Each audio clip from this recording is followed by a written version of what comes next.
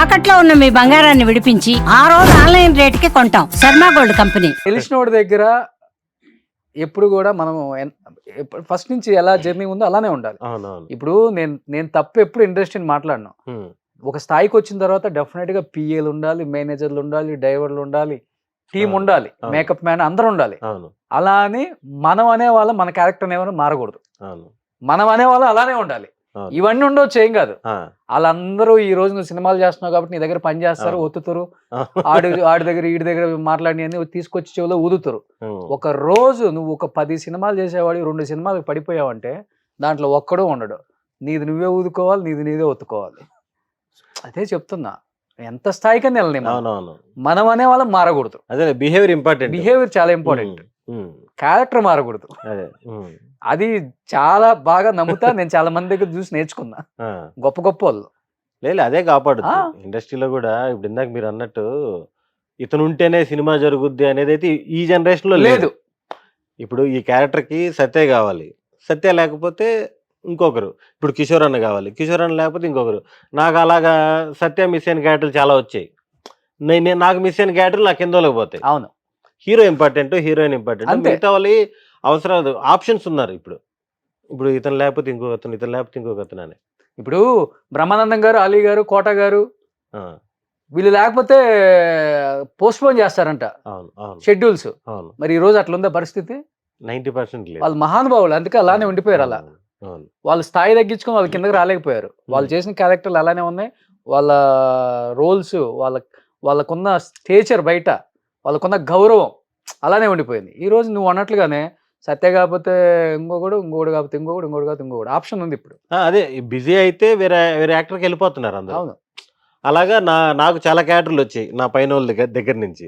ఇప్పుడు ఇప్పుడు నేను ఏదైనా 2 months వేరే షూటింగ్ లో బిజీ అయిపోతే నేను దొరకకపోతే ఇంకొకరికి వెళ్ళిపోతారు. అవును, అలాగే ఆప్షన్స్కి వెళ్ళిపోతారు అంతే. అవును. కానీ ఇప్పుడున్న కమిడియన్స్ కొంతమంది హెల్దీగా ఉన్నారులే. ఇప్పుడు నేను రాకపోతే మా నడుగు చెప్తానండి అని చెప్పి వాళ్ళే ఫోన్లు చేసుకొని చెప్పుకోవటం. ఇప్పుడున్న కమెడియన్స్ అందరూ పాజిటివ్ గానే ఉన్నాం, అందరం కలుస్తుంటాం. రీయూనియన్ పెట్టారు కదా ఏదో, నేను దాంట్లో లేవా నువ్వు? నేను అసలు షూటింగ్ వెళ్ళే, బయటికి లేదు. బయట లేదు. ఎప్పుడైనా వస్తే ఇలాగ అంతే ఇంటర్వ్యూస్. ఫస్ట్ నుంచి అంతేనా? ఫస్ట్ నుంచి అంతే. ఓకే, పెద్దగా బయటికి వెళ్ళే పర్సన్ కాదు. చిల్ అవ్వటం, పబ్లు, పార్టీస్. ఇప్పుడు దాకా వెళ్ళలేదు పబ్కి అసలు. నేను ఎలా ఉంటుందో తెలియదు అసలు. అట్లా అంటే సినిమా సక్సెస్ ఈవెంట్లు జరుగుతాయి మాకు పార్టీలు, అప్పుడు వెళ్తా. ఇప్పుడు ఏదైనా సినిమా హిట్ అయింది, అందరికి పార్టీ ఇస్తారు, హీరోనో ప్రొడ్యూసర్ ఎవరో ఒకరు. అందరం సరదాగా వెళ్తాం, కొంచెం టైం స్పెండ్ చేస్తాం, వస్తాం. నేను పర్సనల్గా వెళ్ళను అంటున్నా. ఆర్టిస్ట్ అయిన తర్వాత ముందు కూడా ఓకే, ఆర్టిస్ట్ అవ్వకపోతే హైదరాబాద్కే రాను, పబ్కి ఏం వెళ్తాం.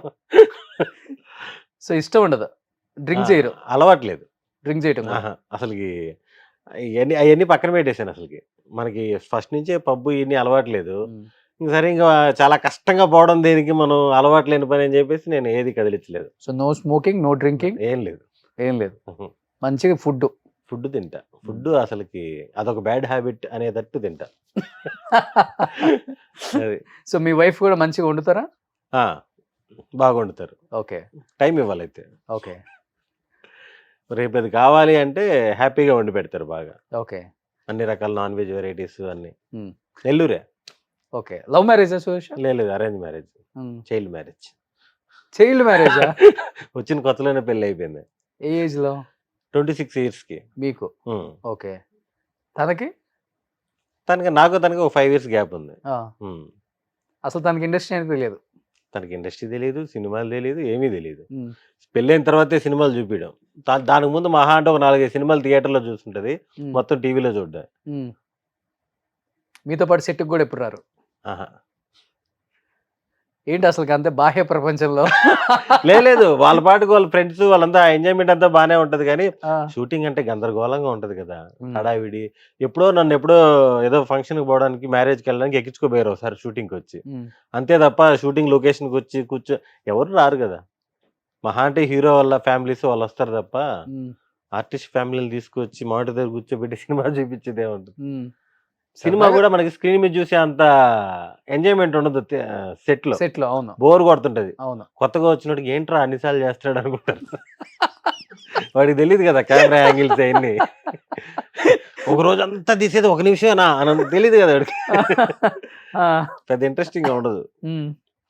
సో క్లోజ్అప్ షాట్ ఒకటి, క్లోజ్అప్ అవ్వచ్చు, వైడ్ అవ్వచ్చు, సజెషన్లు అవ్వచ్చు, దాంట్లో మళ్ళీ ఫోకస్ పోవచ్చు. ఇటు తిరిగి ఒక హాఫ్ డేలో చేసేది ఒక చిన్న సీనే కదా, దానికి చాలా కష్టపడాలి కదా. వీడికి తెలియదు పాపం. మా ఫ్రెండ్స్ ఎవరైనా వచ్చినా కూడా టక్కని చూసినా కూడా ఏంది ఎంతసేపు చేస్తున్నారు అంటే వీళ్ళకి రాదేమో అన్నట్టు ఫీల్ అవుతుంటాడు వీడు వచ్చి. Okay okay. అది ఇలా జాబ్ చేస్తారా తను? లేదు హౌస్ హౌస్ వైఫ్. సో మీ మీ సినిమాలు రిలీజ్ అయినప్పుడు థియేటర్కి వెళ్ళి చూసి ఎంజాయ్ చేస్తారు. అన్ని సినిమాలు మ్మ్.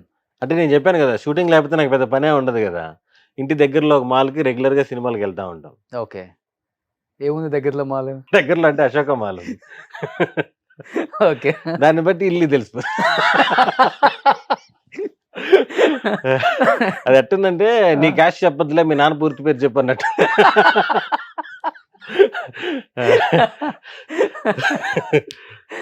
సో కిడ్స్ ఏం చేస్తున్నారు ఇప్పుడు? వాళ్ళు ఇంక ఎల్కేజీ యూకేజీ దాంట్లో ప్లే స్కూల్. ఒక బాబు, ఒక బాబు ఒక పాప. Okay okay. ఫస్ట్ బాబు కదా? ఫస్ట్ బాబు. Okay okay. పాప ఇప్పుడు పాప play Okay. School. Play school. So ఇద్దరు మీ కామెడీ చూసి చూపించటం, ఎంజాయ్ చేయటం.